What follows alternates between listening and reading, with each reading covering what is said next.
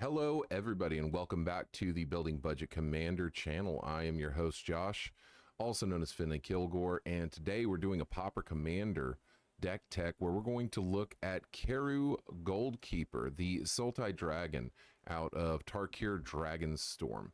Now, this deck is a combo deck. It is expected that you will want to try to assemble your combo in order to win. There's not a lot of other ways for you to win with the deck. So we're going to dig into that. But before we do that, do me a favor, make sure you hit that like button, subscribe to the channel so that way you can catch up on everything that I end up releasing, and go ahead and leave some comments down below, and maybe you'll get one featured in a video in a future time. Also, if you look in my description, you'll find my Whatnot page. I am Finley Kilgore over on Whatnot, and if you look at the second link for Whatnot down there, you can follow that. It's my affiliate link, and if you use that, you can get $15 in free credit to use on my store or any store across Whatnot. This does only apply for first-time users, and shipping charges may apply. So let's talk about Kheru Goldkeeper. This is a really powerful deck, and I've played it a couple of times in CPDH style against decks like Malcolm Red, or even like Gary, Gut Black, and it is monstrous. It is insane how well this deck can do.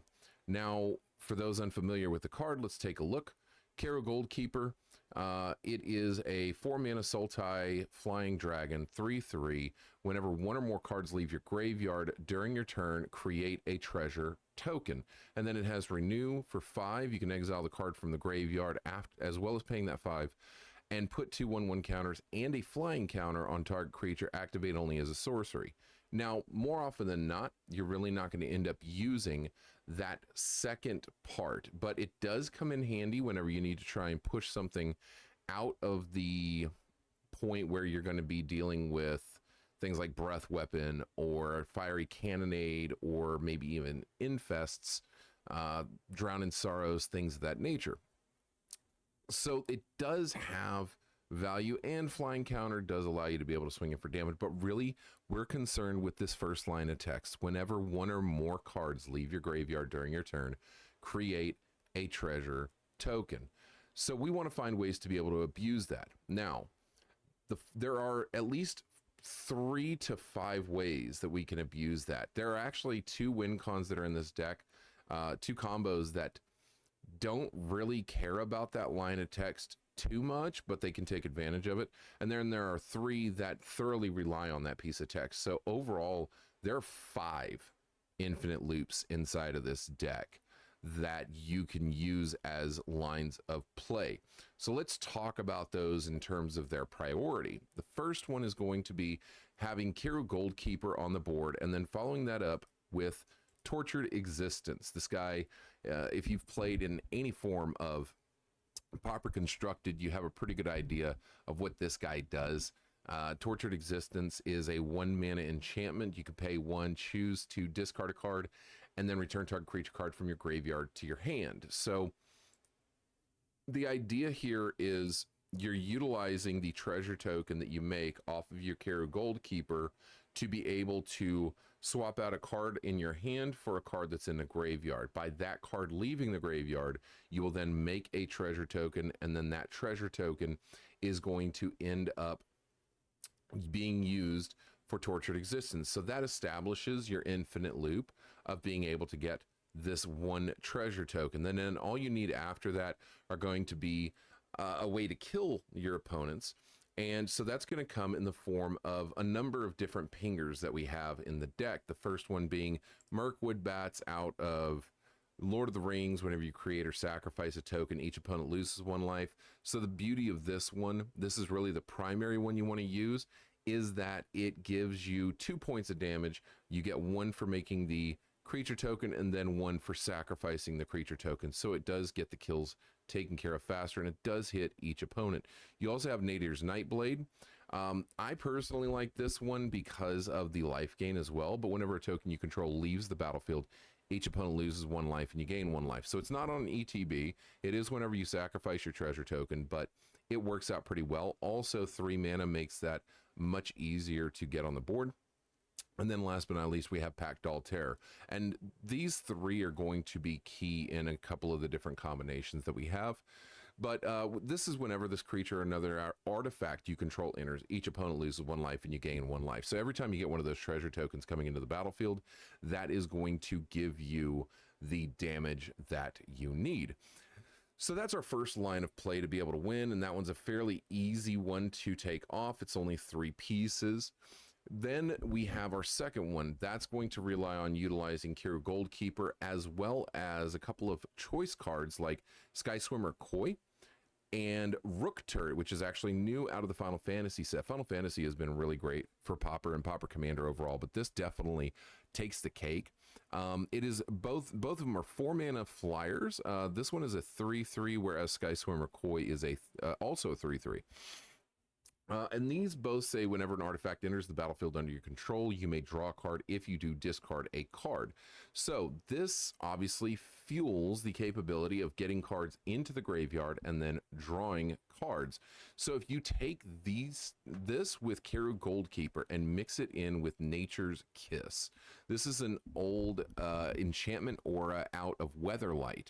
2 green, it's 2, 1 and a green for an enchantment aura. You can pay 1 and exile the top card of your library, of your graveyard, and then enchanted creature gets +1/+1 until end of turn. The +1/+1, not super important, but what is super important is this 1 mana exile the top card of your graveyard. Since Sky Swimmer Koi and Rook Turret both require you to discard a card, you know what card you're going to be exiling. In turn, it means that you can control what you are exiling. And as long as that card is being exiled, it will trigger Kheru Goldkeeper to give you that treasure token, which then means that you are going to be able to discard another card, Nature's Kiss, exile that card, make a treasure token, and then you can continue doing that. And then again, you just need one of those pingers, Mirkwood Bats, Nightblade, or Pack Doll Terror. Now that's a 4-piece combo. It's not as smooth as the Tortex combo, but it is still fairly good. After that, we have a combo that doesn't even necessarily rely on Goldkeeper, although it's a good combo, and with Goldkeeper on the board, maybe at some with Goldkeeper on the board, it will give you some type of extra resilience in the deck. But we're looking at kind of a classic combo out of the 60 card constructed setup. Obviously, this is not even available in 60 card constructed anymore because of the power of Basking Brood Scale with the enchantment Aura Sadistic Glee. So Basking Brood Scale does say you can pay 2 mana, adapt 1, which means you can put a 1/1 counter on it, or whenever 1 or more 1/1 counters are put on this creature, you make a 0/1 Eldrazi spawn token that makes 1 mana. So with that, you can utilize Sadistic Glee. This is a 1 mana enchantment aura. Whenever a creature dies, put a 1/1 counter on enchanted creature. So that means that you can then make infinite Eldrazi spawns, and then we just use good old classic Falkenrath Noble. That will end up killing them out. You can also use something like Mirkwood Bats or Nightblade in order to be able to do that as well. The fourth combo that we have does need, it can use Goldkeeper. It doesn't rely on Goldkeeper, but Goldkeeper is an option, and that is using a Mere Scrappling and Evolution Witness setup. So Mere Scrappling, it's a 1 mana artifact creature. You can sacrifice him to put a 1/1 counter on target creature. Now, I have checked this with a judge, and he has said that this does work the proper way, but I've had some people say that it doesn't. So take it with a grain of salt, and definitely ask your local judge at your events about this. But with Evolution Witness, you can pay 2 and adapt 2, put a 1/1 counter on, but whenever 1 or more 1/1 counters are put on this creature, you can return target permanent card from your graveyard to your hand. So what that means with Mere Scrappling, since sacrificing him is part of the actual cost, the activation, that means that he will sacrifice and be in the graveyard before the ability is able to resolve. And as long as Evolution Witness is on the board, the 1/1 counter then goes on, and you are able to recognize that Mere Scrappling is in the graveyard and bring it back. That will then trigger Kheru Goldkeeper, which is going to allow for you to make that treasure token. Now, you don't have to even have Kheru Goldkeeper on board.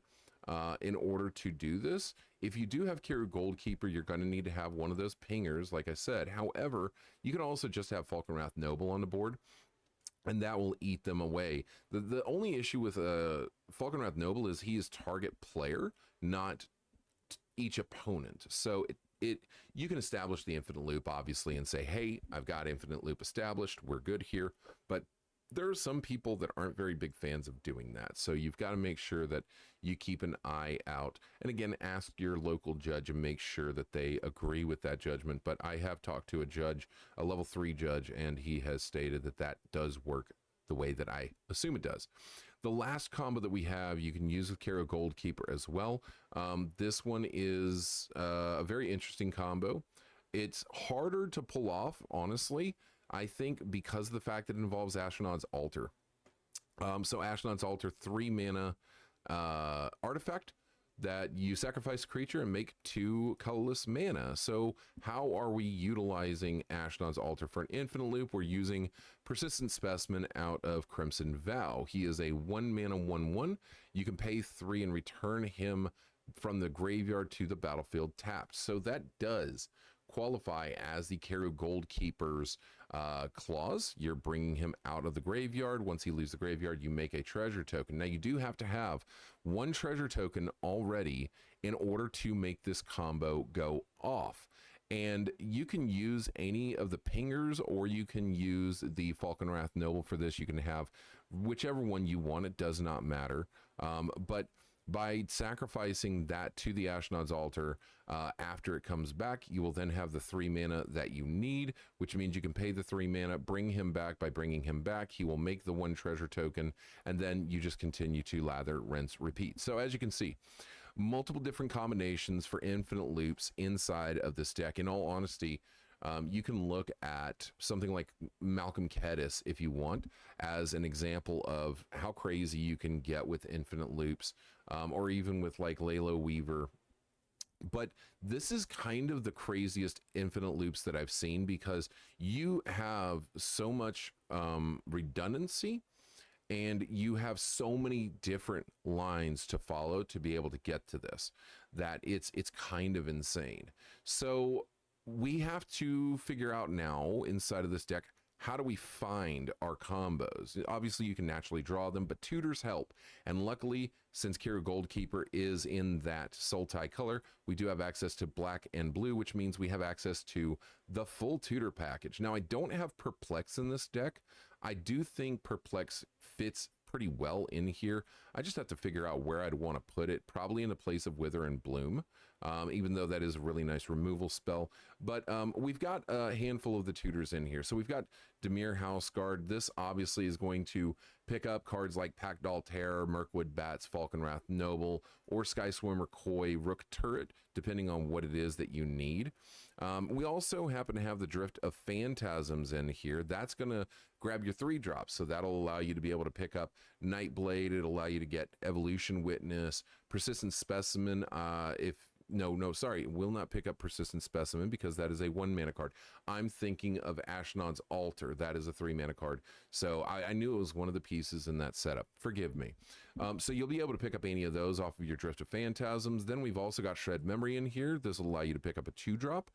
That 2-drop could be Sadistic Glee. That could be Nature's Kiss. It could be Basking Brood Scale. Any of those 3 are worthwhile pickups for what you need to do. The 4th tutor that we have in here is going to be the classic Dizzy spell, right? That's going to grab our 1 mana options, which is going to be your Persistent Specimen, but more than likely it's going to be either Tordax or it's going to be mere Scrappling that you want to pick up off of that one. After that, we've got a couple of really interesting and unique ones. We've got Shrine Steward. I think Shrine Steward is still considered one of the most underrated cards inside of the Pauper Commander format. He's a 5 mana 3/2. 5 colorless is very, very nice. And when he enters the battlefield, you may search your library for an aura or shrine card, reveal it, put it into your hand, then shuffle. The shrine card part doesn't really matter, but being able to find an aura, it allows us to be able to get Nature's Kiss or Sadistic Glee. If we need a piece of removal options, we can also dig up witness protection. I know witness protection is not considered to be the best of the best. If you're running something like unable to scream, you can also run that. But it does allow you to be able to pick up that as a commander removal option that works very well for you. And the last one that we've got is going to be step through obvious wizard cycling. Now we only have one wizard that we're running in the deck, and that's going to be our Chaomancer. I have considered putting in Nameless Inversion as a removal option, so that way if we've already got our Chaomancer in hand, we're still able to utilize the step through to get something that's going to be worthwhile. Nameless Inversion, by the way, is a changeling. What is it? Changeling instant or sorcery. It's +3/-3 in black. So that is another option that you could include in the deck. I just haven't put it in here because in all honesty, the deck wins pretty quick. So I haven't found a need to have it. Now, if you do add Perplex in here, that does give you 2 tutors to hit for the 3-drop spot. So I would say if you're going to pull something out of the deck in order to make that work, I would go with likely Wither and Bloom. You could easily take that out of there. The other option, I hate saying this, but it would probably be Corpse Churn, because Corpse Churn you can really only get a creature card back, whereas something like Revive the Shire does allow you to get a permanent card back. Anything that can get a permanent back, something like Malevolent Rumble or even Cash Grab, if you want to run Cash Grab in your deck, you could easily slot this out. You could slot this out and bring in something like Perplex and Cash Grab. I'm really only running these because I know that it's much easier to hunt down something like a Wither and Bloom than it is to get the other cards. So that exists there. Now, if you are milling stuff into the yard, you are going to have options like Dread Return to be able to bring stuff back, or Unearth. So those are very good options for you. And then the rest of the deck is really just going to be a bunch of land cycling cards, so that way we can hit our colors, because since we are a 3-color deck, we want to make sure we're hitting our colors. You can see we've got a large number of duels that we're playing in here. We've also got a couple of the Capenna lands that are going to allow us to search for cards that we need. I would also highly recommend that if you wanted to run something like Open the Gates and turn these into the Sea Gate, the Black Dragon Gate, and the Manor Gate, you could do that. I just personally have a lot of thriving lands, and I needed to put them into a deck. As far as mana rocks, we don't have to run too many. We've only got 5: Arcane Signet, Dimir Signet, Mind Stone, Prismatic Lens. And the Vessel of Endless Rest is actually really nice, because if we end up milling something out that we don't want in there, say it's something that we want to tutor and we've got the tutor in hand, then we can absolutely play this, get that back into the library, so that we can go hunt down what we need. We've got a couple of card draw options, a couple of mana ramp options, just ways for us to get to the stuff that we need. And then, of course, a little bit of a tempo package. It's not going to be a ton, though. We've got a counterspell, we've got an Arcane Denial in there, we do have a Heritage Reclamation, a Negate, a Spell Pierce. Really, just a couple of things. It's not too much, because in all honesty, most of what we're doing is based around abilities. And we have ways to be able to get stuff out of the graveyard. We have ways to be able to tutor for something else that we need, and there is no stifle effect, so we can tutor pretty freely for what we need. So that's Kheru Goldkeeper. I have put a lot of reps in with this deck, and I've got to say, I found that this deck is absolutely devastating. So if you want to find the deck list for this, I have got it on Moxfield. It will be in the description down below. Toy with it however you like, and jump down in the comments and let me know if there's any changes that you've decided to make to the deck that you feel help to either increase its efficiency, decrease its efficiency, or maybe just found combos that I haven't been able to find. So yeah, other than that, make sure that you like the video, make sure that you subscribe to the channel, so that way you can keep up to date on everything that I am putting out. Again, my name is Josh. Thank you for coming to Building Budget Commander, and I will see you in the next video.